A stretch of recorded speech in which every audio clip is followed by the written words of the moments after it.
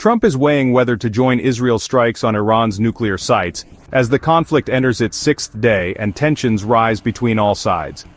American strikes could involve using advanced weaponry to hit an underground nuclear site at Fordo, according to several sources. The president met with his national security team to discuss possible next steps. Israel and Iran have exchanged deadly strikes since Friday.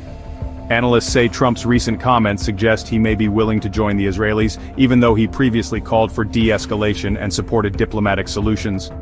He has shown growing frustration over a lack of progress in securing a new deal to prevent Iran from building a nuclear weapon. Trump withdrew from the previous accord during his first term. In a social media post, Trump threatened Iranian Supreme Leader Ali Khamenei, saying the United States knew where he was.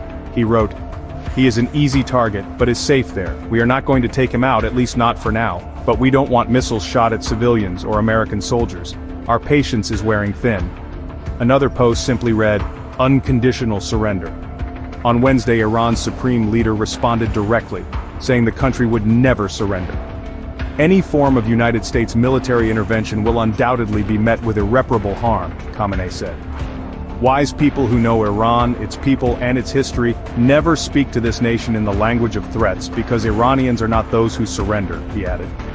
Trump has cooled on traditional diplomacy in recent days.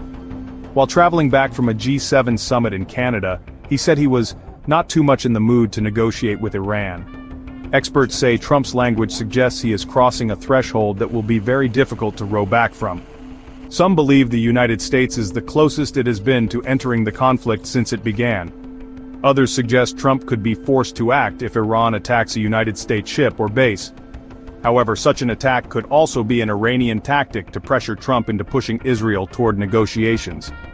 Trump told reporters his goal is an end, a real end, not a ceasefire. He left the summit early to respond to the crisis from Washington, but his statements have left observers unclear about his next move. A message urging Iranians to evacuate Tehran caused further speculation and anxiety in the Iranian capital. United States Defense Secretary Pete Hegseth announced the deployment of additional capabilities to the Middle East to strengthen the Pentagon's defensive posture. At least 30 United States military planes have moved from bases in America to Europe over the past 3 days. It is unclear if these movements are directly connected to the conflict, but experts say the flights are highly unusual. Some believe these actions could be part of a broader policy of strategic ambiguity aimed at influencing Iran. Not all of Trump's advisors agree on joining Israeli military action, and there are mixed opinions among his supporters. Trump previously promised to disentangle America from overseas conflicts and has criticized United States intervention in the Middle East. On Iran's nuclear capacity, Trump and his Director of National Intelligence appear to have differing views, but both sides deny any disagreement. There were no Israeli deaths overnight from Iranian missile attacks. More than 50 Israeli fighter jets conducted operations in Iran overnight, striking several key sites.